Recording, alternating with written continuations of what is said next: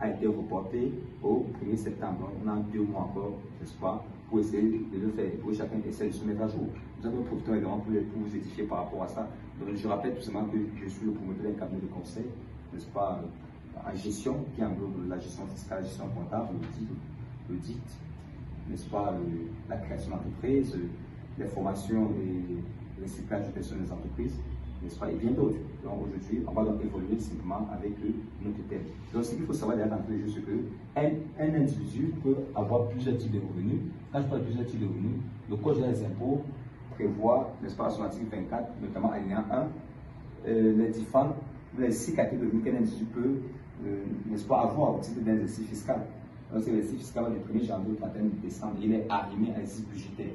Donc, par rapport à ces revenus, nous avons le traitement salaire, pension, anti-agère, nous avons les revenus capitaux mobiliers, nous avons les revenus fonciers, nous avons les bénéfices des accès industriels et commerciaux, nous avons les bénéfices des exploitations agricoles, nous avons les bénéfices des professions non commerciales assignées. Quand on parle de professions non commerciales, vous comprenez un peu de quoi il s'agit, ce sont les professions libérales n'est-ce pas, en priorité. Voici les différentes catégories qu'une personne physique, c'est-à-dire vous et moi, nous devons avoir au titre d'exercice donné. La question qu'on se pose, c'est que est-ce que tout le monde peut l'avoir, vu que la délégation des revenus, de donner des questions ici, concerne non seulement les fonctionnaires, mais c'est également les personnes employées, n'est-ce pas, les entreprises privées. Est-ce que moi qui suis au public, est-ce que je peux avoir tout ça? Est-ce que moi qui suis au privé, est-ce que je peux avoir tout ça? Moi qui suis au privé, je peux avoir tout ça. Je peux être au privé, je suis salarié, j'ai un salaire. Je peux être au privé, je suis actionnaire dans une société où je fais des placements en banque, j'ai des biens immobiliers. Je peux être salarié, j'ai mes bâtiments que j'ai construits, je perçois le loyer, je peux avoir des biens fonciers. Je peux être salarié et j'ai ma boutique quelque part, n'est-ce pas, qui me procure quelque chose dans d'autres personnes. Je peux avoir des bénéfices actionnaires industriels, commerciaux. Je peux être salarié, je peux avoir une exploitation agricole quelque part qui me procure des revenus dans des gens cultivent ou entretiennent, n'est-ce pas, des plantations pour moi. Lorsque je vais commercialiser, j'ai les revenus. Maintenant, je peux également être un professionnel libéral, c'est-à-dire je peux être peut-être je peux travailler dans une hôpital privé, en même temps je suis consultant, n'est-ce pas, je m'applique clinique à la maison. Je vois ce qu'on appelle l'office des professionnels commerciaux.